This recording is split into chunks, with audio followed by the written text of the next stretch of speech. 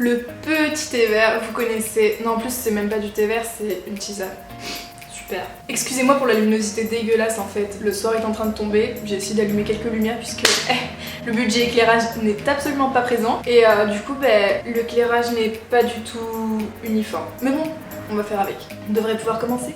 Salut tout le monde, je vous retrouve aujourd'hui dans une nouvelle vidéo et j'avais envie de vous faire une vidéo sur le matos, les affaires d'équitation. Sauf que je n'ai absolument pas organisé les choses pour faire ma vidéo sur mes affaires à moi d'équitation et je n'avais pas acheté de choses dernièrement pour vous faire un haul ou quoi que ce soit. Donc, vu que j'ai besoin de 2-3 petites choses en ce moment, j'ai décidé de vous faire un petit haul. Attendez, pause. On en parle du fait que je ne me rende compte qu'au montage que je ne suis pas foutue de retenir le thème de ma vidéo. C'est une wishlist, pas un haul. Tout d'abord, chose très importante pour moi, c'est un de mes favoris de l'hiver et surtout du printemps pour les cheveux notamment qui ne sont pas tondus parce que comme ça on peut ramasser les poils, etc.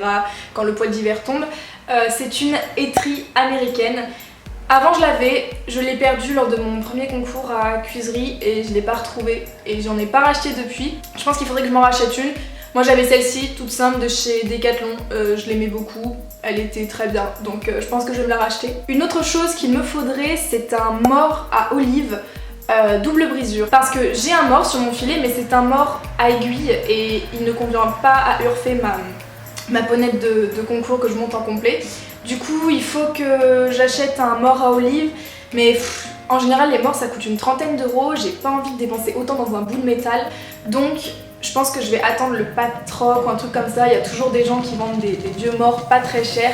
Évidemment, je vérifierai s'il n'y a pas de défaut ou quoi, s'il n'est pas abîmé, bosselé et tout. Mais je pense qu'il y a moyen que je trouve mon bonheur en fait dans le Patroc ou même dans le Trocathlon. Continuons avec deux accessoires de mode plus qu'autre chose. Qui ne servent même pas forcément, mais dont j'ai tellement envie depuis tellement longtemps. Mes parents me disent que j'ai trop de tapis. Je ne suis pas d'accord. Je vois plein de filles qui en ont beaucoup plus que moi. Et j'ai pas de beaux tapis, on va dire. Et j'avais envie, déjà pour le cross, je voulais un ensemble de cross bleu roi, de me prendre un tapis Paddock Sport. Vous les connaissez forcément.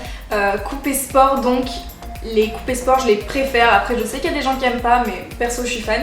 En bleu roi du coup, merci pour le klaxon. J'aime bien, je trouve que ça va péter sur les terrains, surtout que Urfé elle est blanche et que ça va juste super bien rendre.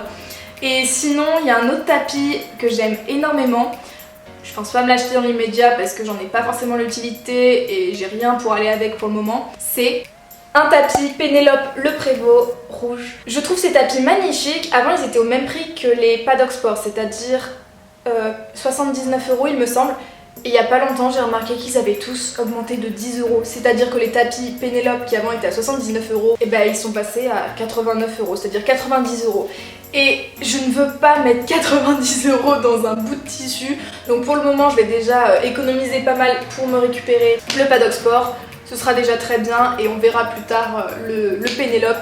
Si j'ai les moyens et si je craque pas pour autre chose d'ici là. Autre achat qu'il faudrait que je fasse et qui cette fois n'est pas un achat superflu, c'est de l'argile pour les tendons. Urfé a tendance à fatiguer pas mal. Il y a quelques mois elle a même eu des boules de fatigue au niveau des boulets. C'est vraiment quelque chose d'important que je n'ai pas. La dernière fois j'ai taxé à des amis et vu le prix que ça coûte, j'ai pas envie à chaque fois de demander aux gens et tout parce que j'ai pas envie de dépendre en fait du bon vouloir des autres à me prêter leur pot d'argile. Pour continuer dans le thème de l'équitation, il y a autre chose qu'il me faudrait vraiment, c'est un filet taille cheval en cuir noir. J'en ai vu sur Horse des pas mal du tout.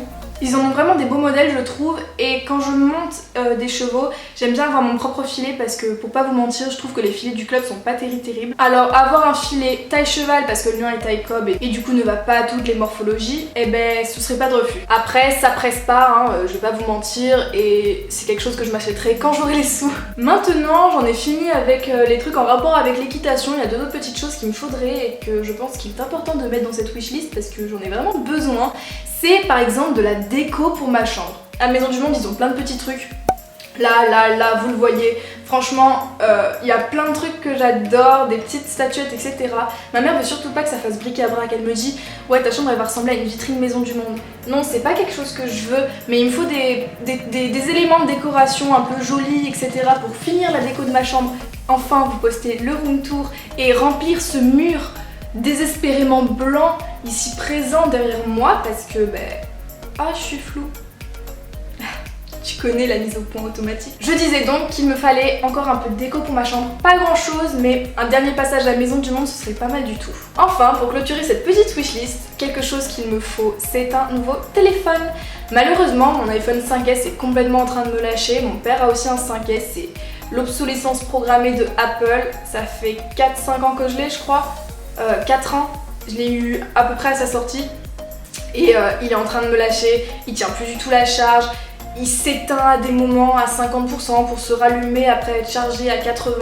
Et puis j'arrive plus à le faire charger non plus. Enfin, c'est du gros n'importe quoi. Je pense que ceux qui ont des 5S ou même des 6, on m'a dit que ça faisait à peu près la même chose, connaissent ce problème. J'aimerais bien un iPhone 7, après ça pareil, je peux encore faire quelques mois avec mon 5S, ça me dérange pas. Mais c'est quelque chose à prévoir, l'achat d'un nouveau téléphone, parce que c'est quand même assez important. Et le fait d'avoir un téléphone dans lequel tu ne peux pas avoir confiance, c'est vraiment pas top, parce que t'as beau l'emmener le matin à 100% avec toi, le soir si tu dois appeler quelqu'un, si t'as quelque chose d'important à dire ou quoi, à contacter les gens, tu peux pas parce que à tous les coups il se sera éteint alors qu'il était à 70%.